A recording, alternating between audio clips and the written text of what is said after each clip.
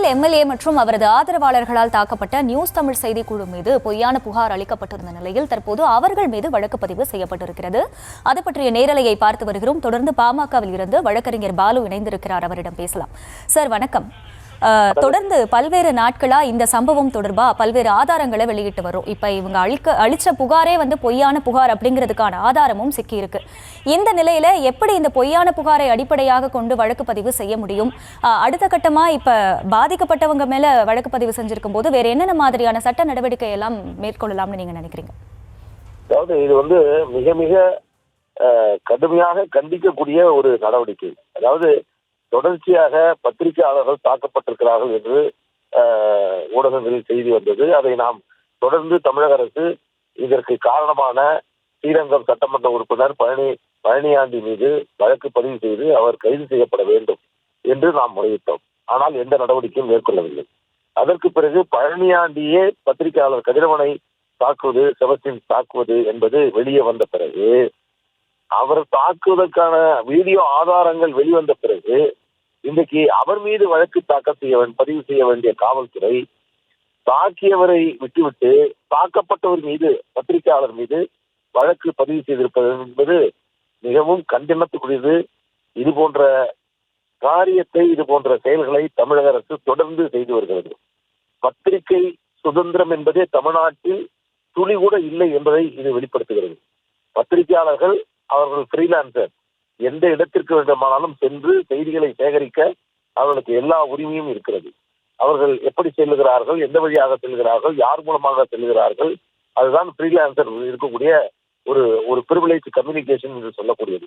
அப்படிப்பட்ட நிலையில் அந்த சுரங்கத்திற்கு சென்று அங்கே இருக்கக்கூடிய இடத்தில் கிடைக்கக்கூடிய ஆதாரங்களை திரட்டுவதற்காக சென்றவரை அவருடைய கேமராவை பிடுங்கி அடித்து, அவரை அடித்ததை ஊடகங்கள் வெளிவந்திருக்கக்கூடிய வேளையில் இப்பொழுது இதை செய்திருப்பது என்பது பழனியாண்டியை பாதுகாப்பதோடு மட்டுமல்ல, தாக்கப்பட்டவரை மீண்டும் தண்டிக்க வேண்டும் என்று பழனியாண்டி தாக்குகிறார். பிறகு இன்றைக்கு சட்ட ரீதியாக அவர் மீது இந்த நடவடிக்கையை மேற்கொண்டு மீண்டும் அவர் மீது இந்த வழக்கை பதிவு செய்திருப்பது என்பது வருத்தத்துக்குரியது. பத்திரிகையாளர்களை குரல் வலையை நெரிக்கும் வேலையை தமிழக அரசு செய்து வருகிறது. இதற்கு நிச்சயமாக பதில் சொல்லையே ஆக வேண்டும் தமிழக அரசு. ஆளும் கட்சியை சார்ந்த சட்டமன்ற உறுப்பினர் என்றால் எப்படி வேண்டுமானாலும் காவல்துறை பாதுகாத்து விடலாமா? இது என்ன நியாயம்? எங்கே நீதி இருக்கிறது? எங்கே நேர்மை இருக்கிறது? எங்கே சட்டம் ஒழுங்கு இருக்கிறது? மக்களிடம் கருத்துக்களை எடுத்து சொல்லக்கூடிய பத்திரிகையாளர்களையே இப்படி ஒருதலை பட்சமாக நடத்துகிறார்கள் என்று சொன்னால் சாமானிய மக்களுக்கு என்ன நிலைமை? இதைத்தான் நாம் கேட்கின்றோம். இந்த அரசு சட்டம் ஒழுங்கு சீர்குலைந்து சிரிப்பாய் சிரிக்கிறது. எந்த அடிப்படை சட்டம் ஒழுங்கையும் காப்பாற்றாமல் பாதிக்கப்பட்டவர்கள் மீதே வழக்கு தொடுவது என்பது மிகவும் வேதனைக்குரியது.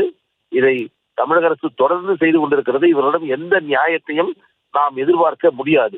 எனவே இந்த அரசுக்கு எதிரான கடுமையான நடவடிக்கைகளை நாம் எல்லோரும் ஒன்றிணைந்து செயல்பட வேண்டும். பாட்டாளி மக்கள் கட்சி பத்திரிகையாளர்களுக்காக என்றைக்கும் துணை நிற்கும். சட்டம் ஒழுங்கு சீர்குலைந்திருக்கிறது என்பதை மக்களுக்கு தொடர்ந்து அன்புமணி ராமதாஸ் அவர்கள் பல்வேறு அறிக்கையின் மூலமாக கூறி வருகிறார். அது இன்றைக்கு மீண்டும் நிரூபணம் செய்யப்பட்டிருக்கிறது. எனவே இது சட்ட நடவடிக்கை மேற்கொள்ளப்பட வேண்டும். இன்றைக்கு அவர் தாக்கப்பட்ட அந்த பத்திரிகையாளர் தொடர்பாக நீதிமன்றத்தில் உடனடியாக ரிட் மனு தாக்கல் செய்யப்பட வேண்டும். அவருக்கு பாதுகாப்பு வழங்க வேண்டும் என்று கேட்க வேண்டும். அதே போன்று இந்த தாக்குதல் நடத்திய சட்டமன்ற உறுப்பினர் மீது குற்றவியல் நடவடிக்கை மேற்கொள்ள வேண்டும் என்ற ஒரு சட்ட நடவடிக்கையும் உடனடியாக மேற்கொள்ள வேண்டும். சார், இப்ப இது போன்ற கனிமவள கொள்ளைகள் தொடர்பான பல்வேறு செய்திகளை நியூஸ் தமிழ் வெளியிட்டு தான் வருது. அது போன்ற ஒரு சம்பவம் தொடர்பான செய்திகளை வெளியிட கொண்டு வரும்போதுதான் இந்த தாக்குதலும் நடந்துட்டு இருக்கு. இப்ப இந்த கனிமவள கொள்ளைகளுங்கிறது அண்மை காலமா தமிழ்நாட்டுல பரவலா நடந்துட்டு வரக்கூடிய நிலையில அரசு இதை தடுக்க தவறுதுன்னு எடுத்துக்கலாமா? ஏன்னு நீங்க நினைக்கிறீங்க? 100% அரசு தடுக்க தவறல. கனிமவள கொள்ளைக்கு அரசு நேரடியாக துணை போகிறது என்ற குற்றச்சாட்டை நான் பகிரங்கமாக வைக்கிறேன். தமிழக அரசால் இதை மறுக்க முடியுமா? காவல்துறை, ஆளும் கட்சி, வருவாய்த்துறை இவர்கள் அனைவரும் ஒன்றாக கூட்டாக சதி செய்து கூட்டாக அவர்கள் சேர்ந்து இந்த கொள்ளையை அரங்கேற்றிக் கொண்டிருக்கிறார்கள். இன்னைக்கு இந்த கொள்ளையை தடுத்து நிறுத்துவதற்காக, அதை வெளிக்கொண்டுவதற்காகத்தான் இவர்கள் அந்த கனிம வளத்தினுடைய அந்த சுரங்கத்துக்கு சென்றார்கள். ஆனால் அவர்கள் மீதே இன்றைக்கு வழக்கு தொடர்ந்தார் என்று சொன்னால் இது வெளிப்படையாகவே தெரிகிறது. இது ஏதோ ஒரு பழனியாண்டி அவர் தனிப்பட்ட வியாபாரத்திற்காக செய்தது அல்ல. பழனியாண்டி வருவாய்த்துறையோடு, கனிம வளத்துறை அதிகாரியோடு, காவல்துறை உதவியோடு இந்த அநியாயத்தை, அக்கிரமத்தை, அராஜகத்தை செய்து கொண்டிருக்கிறார்கள். இதை வெளிக்கொண்டு வருவதற்காக சென்ற பத்திரிகையாளர்கள் தாக்கப்பட்டிருக்கிறார்கள். எனவே இது நடவடிக்கை மேற்கொண்டவில்லை என்று சொல்ல முடியாது. இந்த அத்தனை விதிமீறல்களுக்கும், அத்தனை இந்த கனிமவள கொள்ளைக்கும் திமுகவினுடைய நேரடி அவர்களுடைய ஈடுபாட்டின் காரணமாகத்தான் தமிழகம் முழுவதும் இது நடந்து கொண்டிருக்கிறது. இதை பல தருணங்களில் பாட்டாளி மக்கள் கட்சி வெளிப்படுத்தியிருக்கிறது.